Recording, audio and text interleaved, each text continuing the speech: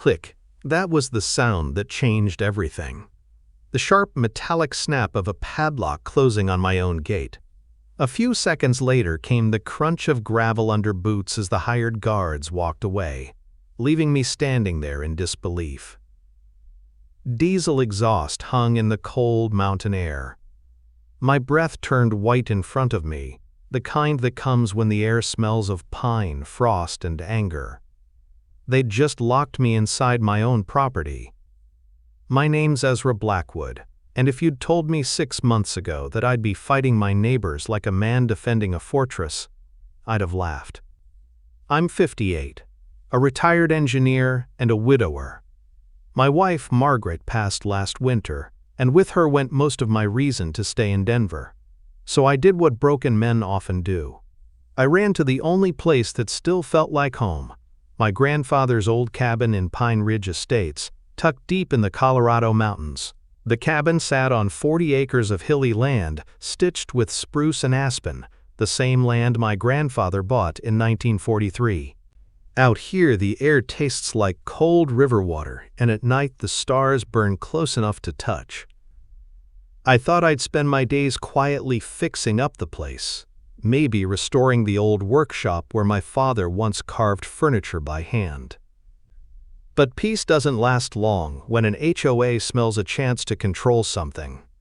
It started small. A few warning letters, fancy paper with gold logos at the top. Then came the visits. That first morning, the knock on my door was sharp enough to startle the blue jays off the porch rail. I opened it to find Victoria Thornfield, the new HOA president, framed against the sunlight like she owned the mountains behind her. Cream-colored suit, clipboard clutched like a weapon, and a smile sharp as ice. "Mr. Blackwood," she said, scanning my property as if appraising a used car. "We need to discuss your non-compliance issues." "Non-compliance?" I asked, tightening my robe belt. "I'm not sure what you mean." She gestured toward the cabin, the workshop, the garden. Unpainted structures, unapproved fencing, unlandscaped areas. This all violates Pine Ridge community standards.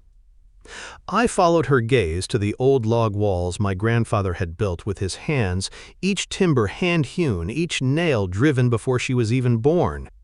The workshop smelled of cedar oil and sawdust. My garden, though a little wild, still bloomed with Margaret's favorite mountain daisies. "What standards are we talking about?" I asked.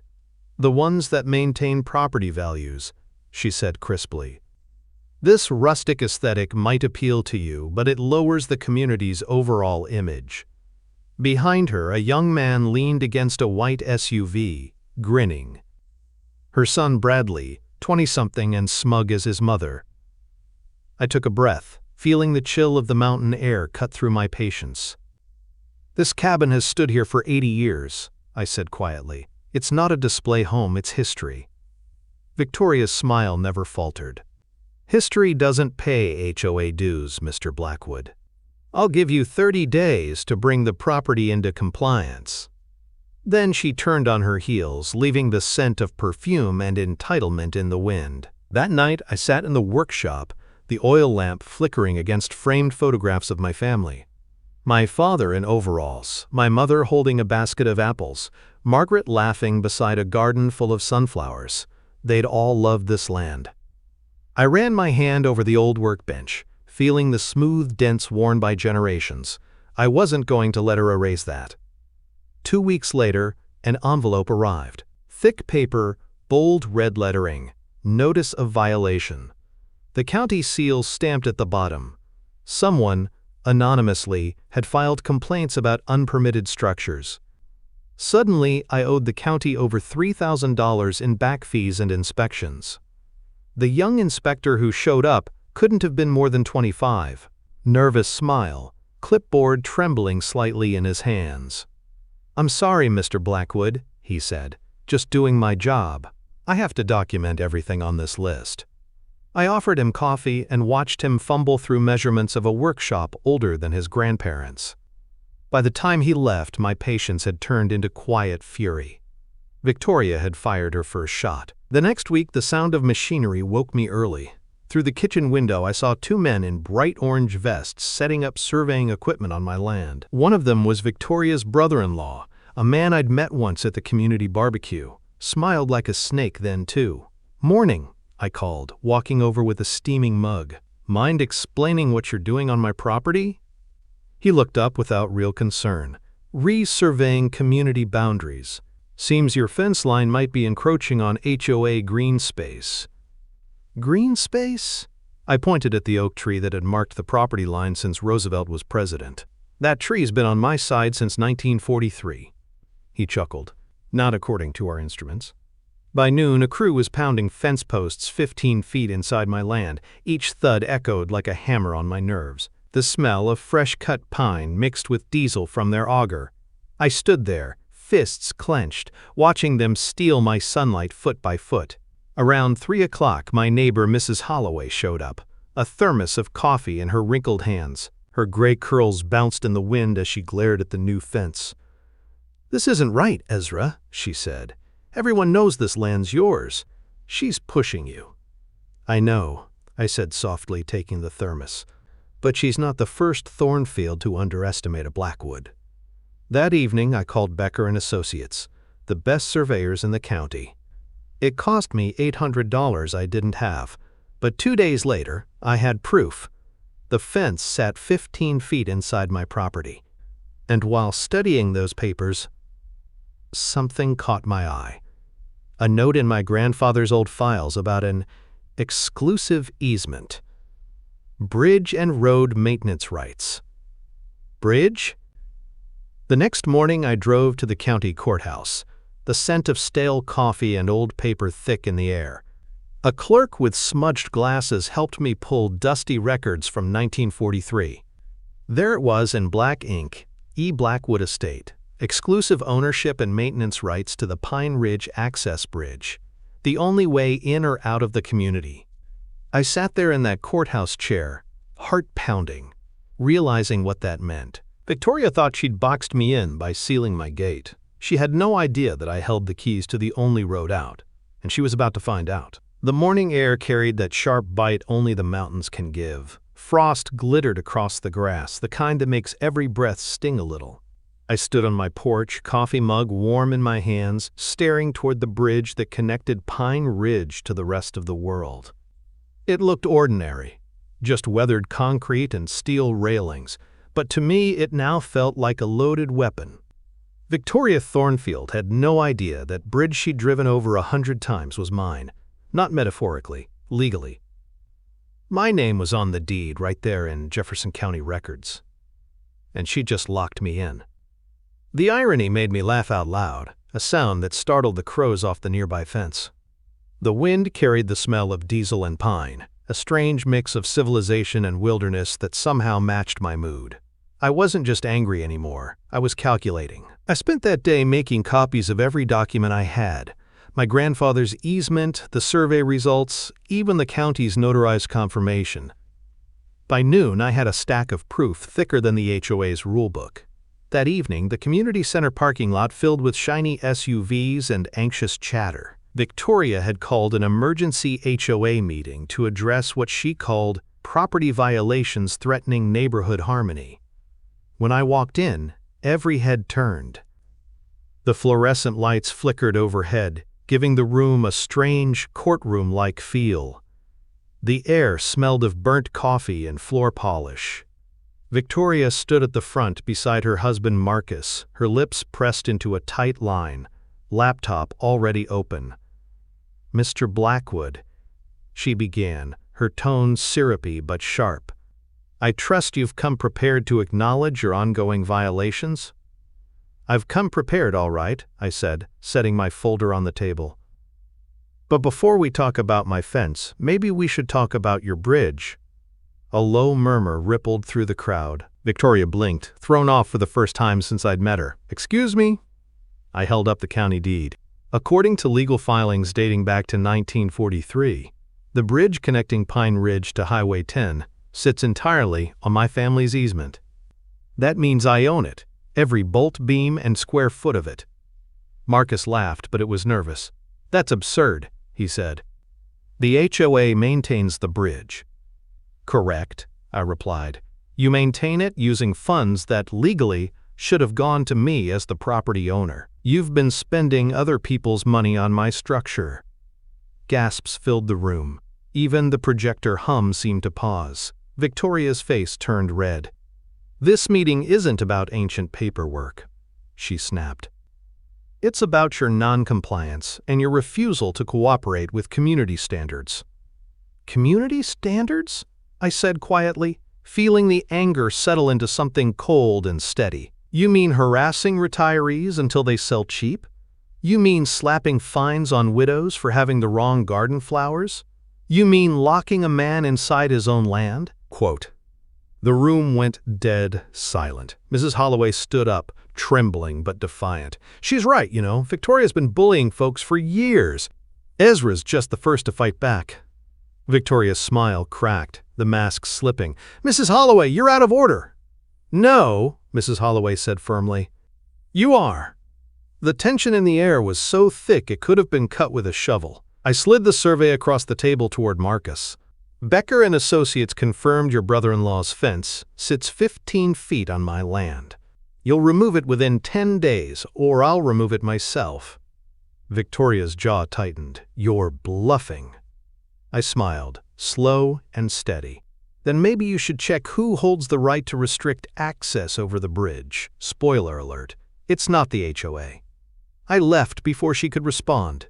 The murmurs behind me rose to a buzz of panic and disbelief. By the time I got home, the mountain sky had turned black. Stars scattered like shattered glass. The phone rang. Unknown number. Mr. Blackwood? A woman's voice asked. This is Sarah Chen, property attorney. I heard about your situation from a friend who attended the meeting tonight. You might want to sit down with me soon. That bridge deed, if it's valid, means you've got a very strong case. The next morning, Victoria struck back with the kind of petty vengeance only an HOA tyrant could conjure. A certified letter from Pine Ridge Aesthetics Committee declared my handcrafted wooden mailbox non-compliant. It needed replacement by a specific vendor, no less. I called the vendor. The owner? Bradley Thornfield, Victoria's son. Price, $340 for a glorified plastic box. I laughed so hard I nearly spilled my coffee. That weekend, the smell of wood varnish filled my workshop as I carved a mailbox that could have been displayed in a museum. Cedar panels, bronze hinges, carved mountain scenes. Cost me $30. When Victoria saw it, she called it unprofessional. I called it art. Then came the garbage war. For 3 straight weeks, the trash truck accidentally skipped my house. When I confronted the driver, he looked guilty. Orders from above, man, he whispered. Sorry. Quote. Even the fire marshal showed up one afternoon, red truck and all. Anonymous complaint, he said, rolling his eyes. Firewood stacked too close to the cabin. Frankly, it's the neatest pile I've ever seen. Each petty attack was meant to break me. Instead, it built something else. Momentum. Sarah Chen came by that Thursday, boots crunching on frost as she walked up my drive. She was sharp, calm, mid-30s, and she carried a briefcase that looked heavier than most lawsuits. Inside, she had already started gathering evidence. You're dealing with a pattern, she said, spreading papers across my kitchen table. Harassment, abuse of authority, and possible embezzlement. Embezzlement? I asked. She nodded. Bridge maintenance funds. I've seen this before. HOAs setting up shell companies, billing themselves, funneling money through family businesses. You said the bridge payments come from the county, right? Right, I said, for upkeep. Sarah smiled grimly. Then, my guess is, your HOA president's been signing both ends of those checks. By Saturday morning, I had new purpose. I was no longer the grieving widower Victoria thought I was. I was a man with proof and allies. Mrs. Holloway brought over cookies and gossip. Jake Morrison, a contractor who'd butted heads with Victoria before, offered help with documentation. Even Fire Marshal Rodriguez dropped by with sympathy and a quiet warning. Be careful, he said. That woman's connected, but she's sloppy. Sloppy gets caught. He was right. By the end of the week, Sarah's research uncovered something explosive. For 15 years, the county had been sending $180,000 a year for bridge maintenance to a private LLC called Pine Ridge Community Infrastructure. Owner, Victoria Thornfield, she'd been stealing bridge funds the whole time. The next HOA meeting wasn't just another gathering, it was a powder keg waiting for a spark. And I was holding the match. The night before the meeting, I barely slept. The wind howled across the valley, rattling the windows like the mountain itself was impatient for justice. My grandfather's old workshop glowed with lamplight as papers covered every inch of the table. Deeds, receipts, invoices, photographs. The smell of coffee and pine sap filled the air. Sarah Chen arrived just after dawn with 2 cups of coffee and a look that could melt steel. "It's showtime," she said. "We've got proof of embezzlement, fraud, and racketeering. Victoria's about to learn what happens when she bullies the wrong neighbor." By the time we reached the community center that evening, the parking lot looked like a festival of headlights. Trucks, SUVs, sedans. Everyone in Pine Ridge had shown up. Even the local news van from Denver parked near the entrance. Inside, the hum of whispers filled the room. People clutched copies of Sarah's anonymous evidence packets that had quietly made their rounds earlier that day. Victoria swept in late, of course, dressed in a cream-colored blazer, and that same smug expression she'd worn the first day she'd stepped onto my porch. Her husband Marcus trailed behind, looking like a man who'd already seen the future and didn't like it. "Ladies and gentlemen," Victoria began, voice echoing through the room. "I called this meeting to address the coordinated harassment against this board and against me personally by Mr. Blackwood." Boos erupted from the back row. Mrs. Holloway stood up, hands on her hips. "You mean the man you locked inside his own property?" "Order," Victoria barked, but nobody sat down. I rose slowly, every eye turning toward me. "You want to talk about harassment, Victoria? Let's talk about theft." I walked to the front, Sarah beside me, carrying a box full of documents. I placed my grandfather's original 1943 deed on the table and turned toward the crowd. "This is the easement that proves my family owns the only bridge connecting Pine Ridge to the outside world. For 15 years, Victoria's company, Pine Ridge Community Infrastructure, has been collecting county payments meant for bridge maintenance. She's been stealing that money, while claiming it was used for repairs that never happened." The crowd gasped. A few people shouted. Marcus leaned back, rubbing his temples. Sarah pulled out the next stack of papers and displayed them on the projector. "These are payment records. $180,000 a year, 15 years. That's $2, $7 million, and none of it went to maintenance." Victoria's face drained of color. "Those accusations are baseless," she snapped. "Completely fabricated." Miguel Santos, Sarah's accountant friend, stood from the audience holding a file folder. "I'm a licensed CPA and former federal auditor. These are verified county transfers with your signature on every deposit." The room erupted into noise. Jake Morrison shouted, "She's been stealing from us for years." Victoria slammed her hands on the podium. "This is slander! You can't!" "Actually," interrupted a calm voice near the back, "we can." Sheriff Martinez stepped forward, badge catching the fluorescent light. 2 deputies flanked him. "Mrs. Thornfield, we've been reviewing this evidence for days. You're under arrest for fraud, embezzlement, and obstruction." The click of handcuffs echoed louder than her protests. "You can't do this," she screamed as the crowd cheered. "You people don't understand the law." The sheriff smiled. "Ma'am, I understand it just fine." As she was led out, her designer heels scraping against the tile, the room broke into applause. Some folks cried. Others just sat there shaking their heads, relieved it was finally over. Mrs. Holloway hugged me so tight I thought my ribs might crack. Commissioner Walsh, who had quietly attended the meeting, took the podium. "Effective immediately, the HOA board is dissolved. We'll be appointing an interim committee to oversee recovery of stolen funds and return them to residents." He turned to me. "Mr. Blackwood, what are your plans for the bridge?" I glanced around at my neighbors, people who'd lived in fear of Victoria for years. "The bridge will stay open," I said, "but Pine Ridge will buy it back legally for fair market value. Every dollar will go toward a scholarship fund for local kids." The room erupted again, louder this time. Cheers, laughter, tears. For the first time in years, Pine Ridge sounded alive. A month later, the air in the valley felt lighter. The fence Victoria's brother-in-law had built was gone, replaced by a simple wooden gate I built myself. Children's laughter echoed from the field where Victoria's mansion once stood. It had been repossessed, sold, and converted into a public park. The smell of barbecue and fresh-cut grass replaced the sour stench of lawsuits and greed.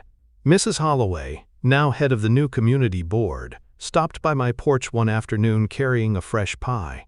"You did it, Ezra," she said softly. "You gave this place its soul back." I smiled. "Wasn't just me. It was everyone who stood up when it mattered." Sarah joined us later with paperwork showing the recovered funds, most of the stolen $3. $5 million was being returned, and the bridge renovations were underway, this time done honestly, with real workers and fair pay. Watching them paint the new railings, I thought of my grandfather. He'd have been proud to see this land standing strong again. News of the Pine Ridge scandal spread across Colorado like wildfire. Reporters called it Bridgegate. It made headlines from Denver to D.C. And Victoria Thornfield became a national example of what happens when power goes unchecked. She eventually pled guilty, sentenced to 3 years in prison, and ordered to repay every cent. When her luxury car was towed from the county lot, folks lined the road and clapped. The community she once controlled now ran on honesty and neighborly respect. We voted on budgets, shared tools, hosted potlucks. The same bridge that once symbolized division now connected us stronger than ever. Sometimes, on quiet evenings, I sit on that porch watching the sunset paint the bridge gold. The mountain air smells clean again, like pine, rain, and freedom. Margaret used to tell me, "Justice is patient, Ezra. It always shows up, just never when you expect it." She was right.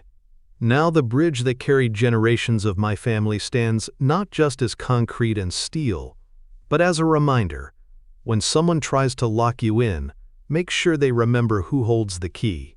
And if you've ever been bullied by your own HOA, remember my story, because sometimes the mountain fights back.